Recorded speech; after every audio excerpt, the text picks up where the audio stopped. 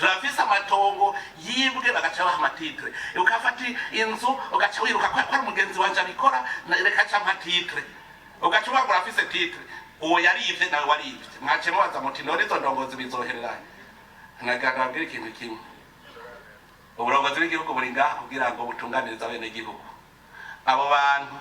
nibabizane hanyuma turondere indongozi yabisinye bari hano kuko ntituzokora ko igihugu kirihira ibigaba inkozi z'ikibi nico tubona babwiye ni jewe sinumva ingene igihugu kije imbere y'intahe hariho uwamenje igihugu indongozi yagiye kamenje karenganya umuntu uwo muntu agahomba igihugu kizomutunganiriza uwo muntu ko zikizozana ya ndongozi murihe niwe wononye rero nabo bantu batanga amatongo y'ubusuma tuzobafata barihe babiriho uwo muntu kuko babigira babona kuko bivye igihugu cari camurungitse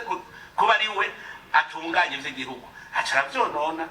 atereza guhanwa ubu rero umuntu wese azorenganywa ntazatinye ntazavuye ngo bihanganye nashengeze hanyuma ndetse turabe ingene vyana nyene cyubahiro mudukundiye ku ico kibazo nyene yabaje ati inyubako zimwe zimwe imashini zibomora zigeze ko zica zihesha ubwo nta mwana n'ikino nkagira mbaze urongoye igisagara ca Bujumbura ivyo nivyo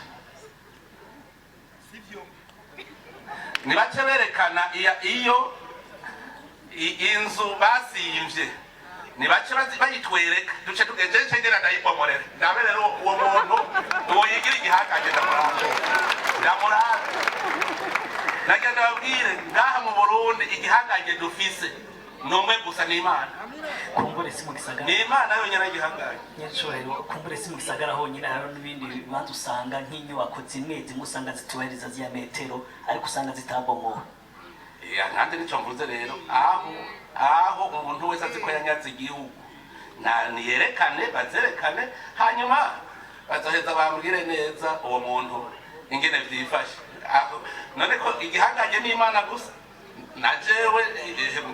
niko chini ya sheria none jendeza amategeko none nimuzi ko umukuru w'igihugu nivyo je nabajeje abo bafonctionnaire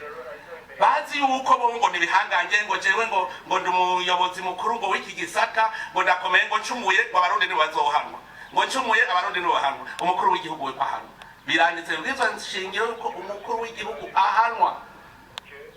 bakavuga n'ivyo bayakoze iyo yamenje none umukuru w'igihugu yohanwa abo bandi badahanwa ni bande muraca munyereka nanje turabe ingene badahanwa